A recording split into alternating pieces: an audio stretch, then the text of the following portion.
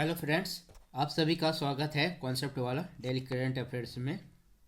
आज हम लोग चर्चा करेंगे न- नाद प्रभु केम्पागौड़ा की मूर्ति के बारे में और नाद प्रभु केम्पागौड़ा के बारे में जानेंगे। विजयनगर साम्राज्य, क्योंकि नाद प्रभु केम्पागौड़ा का संबंध विजयनगर साम्राज्य से ही रहा है। हरि हर बुक्का और ये विजयनगर साम्राज्य के संस्थापक में से एक है। नाद प्रभु केम्पागौड़ा आखिर ये चर्चा में क्यों रहे? हाल ही में प्रधानमंत्री नरेंद्र मोदी ने 11 नवंबर 2022 को इनकी मूर्ति का अनावरण किया है। इनकी मूर्ति जो है केम्पागौड़ा इंटरनेशनल हवाई अड्डे बेंगलुरु के परिसर में स्थापित किया गया है। केम्पागौड़ा को बेंगलुरु शहर के संस्थापक के रूप में जाना जाता है।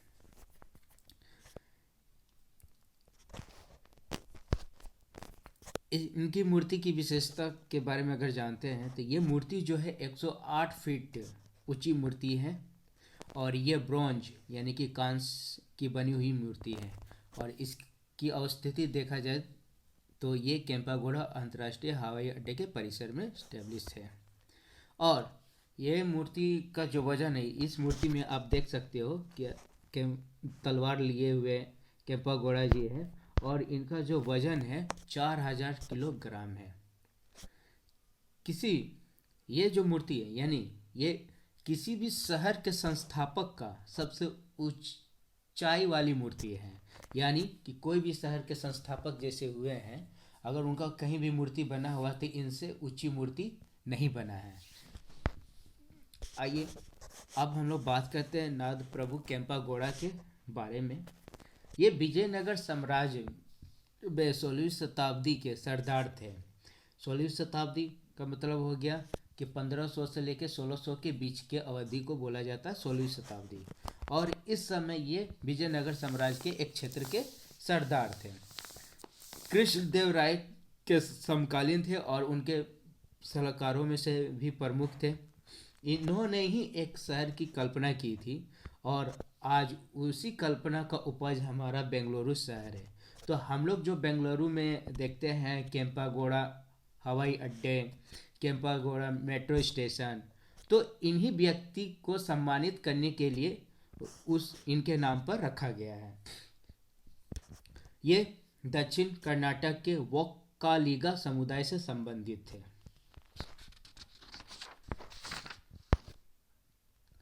आइए अब हम लोग बात करते हैं विजयनगर साम्राज्य के बारे में।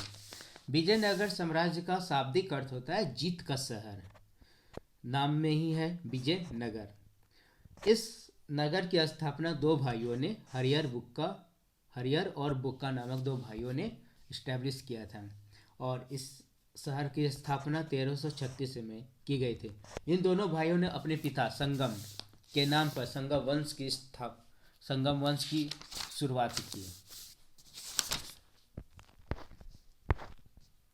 आइए हम लोग थोड़ा सा संक्षिप्त में देख लें कि विजयनगर साम्राज्य पर किन वंशों का शासन रहा।